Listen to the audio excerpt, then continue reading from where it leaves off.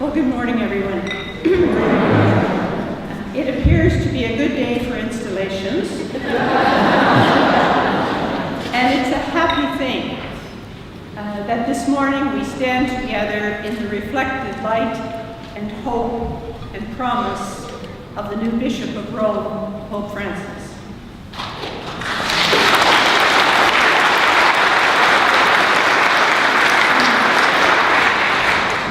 I second Sister Mary's welcome to each of you and say on behalf of all the congregation here and at home in the various neighborhoods, we are pleased and humbled that you are with us for our installation and for this feast of St. Joseph, who belongs to all of us as the patron of the Universal Church. A thoughtful person said recently, and I believe her, that it is a risky business to assess the times you live in, but still more risky to avoid the challenge of doing so.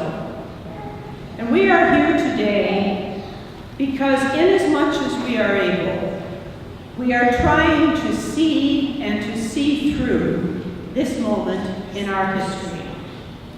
We want to discover what it invites us to, what opportunities it offers us, and what responsibilities we have at this time in placing our lives and resources at the service of God and God's people.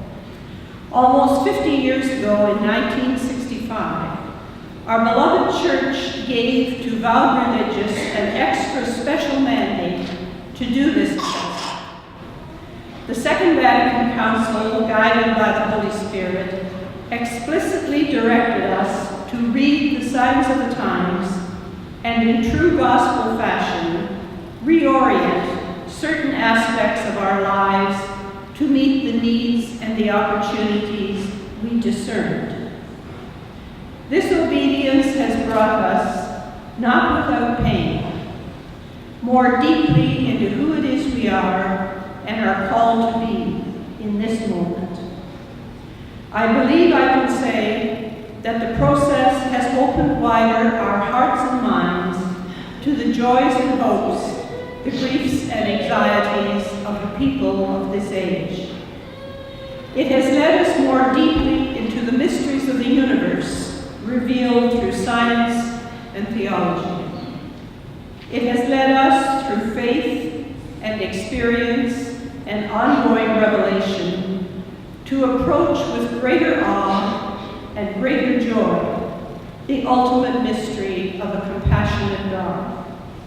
To reverence this God as immanent in all of creation, lovingly involved in all that exists, and yet infinitely and always other.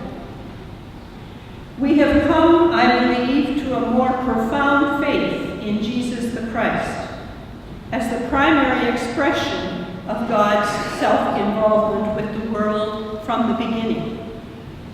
We know him, St. Paul says, as the image of the unseen God and the firstborn of all creation. For in him were created all things in heaven and earth, and he was the firstborn from the dead. And in the life, death, and resurrection of Jesus, we have come to know and to embrace the promise of more abundant life here and in the world to come. Very importantly, we are reinforced in our belief that the very dynamic of creation, the energy of which the scientists speak, is divine love. One could say that we always knew these realities, but we know them differently now and in a different context. As the prophet in 2nd Isaiah heard in his time and place God speaking to him, "Now I am revealing new things to you, things hidden and unknown to you, created just now, this very moment. Of these things you have heard nothing until now, so that you cannot say, 'Oh yes, I know all this.' You had never heard. You did not know. I had not opened your ear beforehand."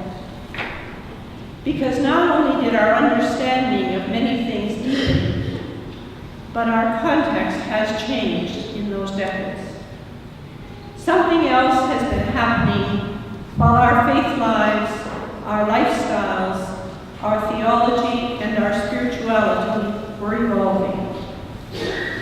The world around us was changing in ways that may well be unique in many centuries of recorded history. And each of us here, even the younger people among us, knows from personal experience that galloping pace of change and the effect it has had on our lives, on our long-held social and religious traditions. These tumultuous decades have shown us clearly that as human beings, as thinking human beings on our planet, our understanding, our very consciousness needs to expand with the breath of God's Holy Spirit.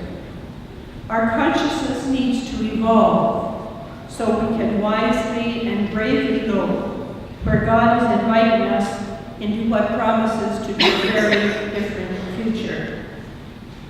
It is critical that as people ever more conscious of God's creation in all its forms and our love for our struggling but precious humanity, it is critical that we enter into the conversations that predict a less than human future for humankind.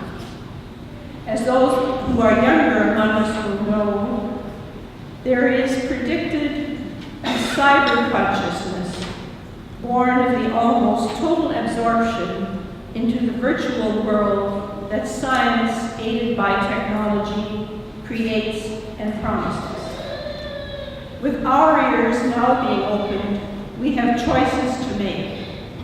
One such choice is to trust in the promise of a future that resurrection gives us, and to move forward into it with hope and joy. We continue to choose disciplined and deep prayer and contemplation as our preferred way of discerning. We ask for and try to practice an increasing respect and love for all of God's creation, especially the earth and its resources and all its species. We choose to continue our commitment in all the ways we are able to those persons whom Jesus favored, those who have been left on the side of the road by circumstance and oppression. And we seek to live and speak courageously the truth of the gospel as we discern it together amid the communities of the church. We know we won't live all these choices perfectly and as lovingly as we would wish, but we will try. And we trust that as even making small choices, as Pope Francis has so movingly done, that we can be transformed, converted even in our personal lives to meet the future God is inviting us to.